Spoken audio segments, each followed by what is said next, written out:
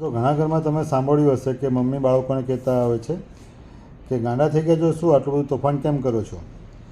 ક્યારેક આપણે મિત્રને પણ મસ્તીમાં કહેતા હોય છે કે ભાઈ આવી ગાંડા જેવી વાત ન કર. આ શબ્દો ઘણી જગ્યાએ આપણે સાંભળ્યા હશે.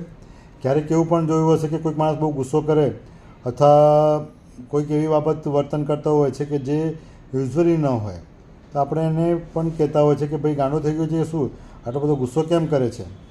તો મિત્રો, આ શબ્દ બહુ વેગલી યુઝ કરવામાં આવતો છે કે ગાંડા થઈ જવું એટલે ગુસ્સો કરવું, ગાંડા થઈ જવું એટલે તોફાન કરવું, કે ગાંડા થઈ જવું એટલે કોઈ અજુગતું વર્તન કરવું. પણ એવું હોતું નથી.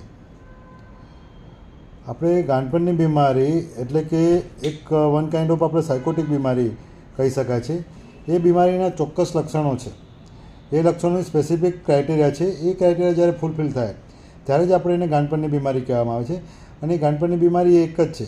એના સિવાય ન્યુરોટિક બીમારી હજારો બીમારી છે. સાયકોટિક બીમારી પણ ઘણી બધી છે.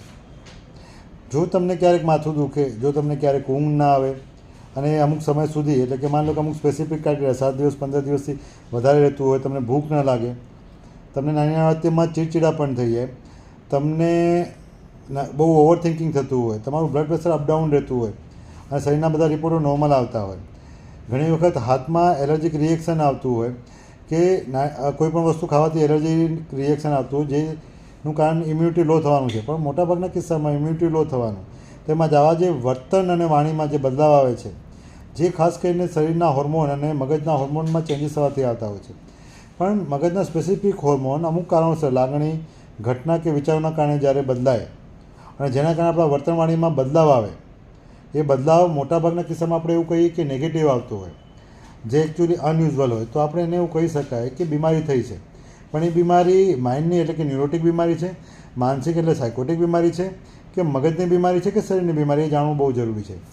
વ્યસન કરવું, ચીડચીડા પણ થવી, સેક્સમાં પ્રોબ્લેમ થવો, સંબંધોમાં તકલીફ થવી, આ બધી જ બીમારી માઇન્ડ, પર્સનાલિટી બીમારી અને વ્યસન સાથે જોડાયેલી છે. મગજની અને માનસિક બીમારી કે ગાંડપણની બીમારી બહુ ઓછા પ્રમાણમાં જોવા મળતી હોય છે, જે ખાસ કરીને ગાંડપણની આપણે બીમારી કહીએ છીએ. પણ એના સિવાય પર્સનાલિટીને કારણે થતી તકલીફો, માઇન્ડની તકલીફો, ન્યુરોટિક બીમારી ઘણી બધી છે.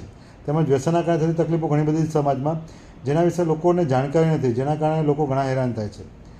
તો આ બાબતમાં ચોક્કસપણે તમારે ધ્યાન રાખવું જરૂરી છે કે કઈ બાબતની તમને સફળ થાઓ છો અને જેની સારવાર કયા ડૉક્ટર પાસે કરાવવી જોઈએ.